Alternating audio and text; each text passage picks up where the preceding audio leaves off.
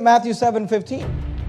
Matthew 7:15 says this, beware of false prophets. Is that a good guy or a bad guy? It's a bad guy.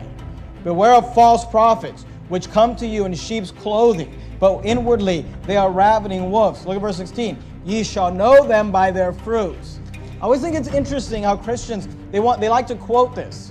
When they're trying to preach this, works adding, if you're saved, you're going to produce works in your life, and if you're really saved, we're going to be able to see something, and they always want to quote this, ye shall know them by their fruits. And they say, well, if that person's really saved, we shall know them by their fruits. But when you look at the passage, it's talking about false prophets. That's why you can't just pull a verse out of its context. You have to actually read the entire Bible and realize that the context of Matthew 7:16, ye shall know them by their fruits, what Jesus was talking about was false prophets.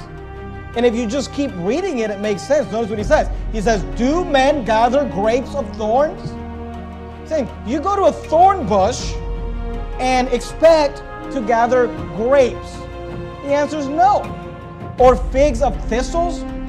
Are thistles going to produce figs? Are thorns going to produce grapes? He says, even so, in the same way that thorns don't produce grapes and thistles don't produce figs, he says, even so, every good tree bringeth forth good fruit, but a corrupt tree bringeth forth evil fruit.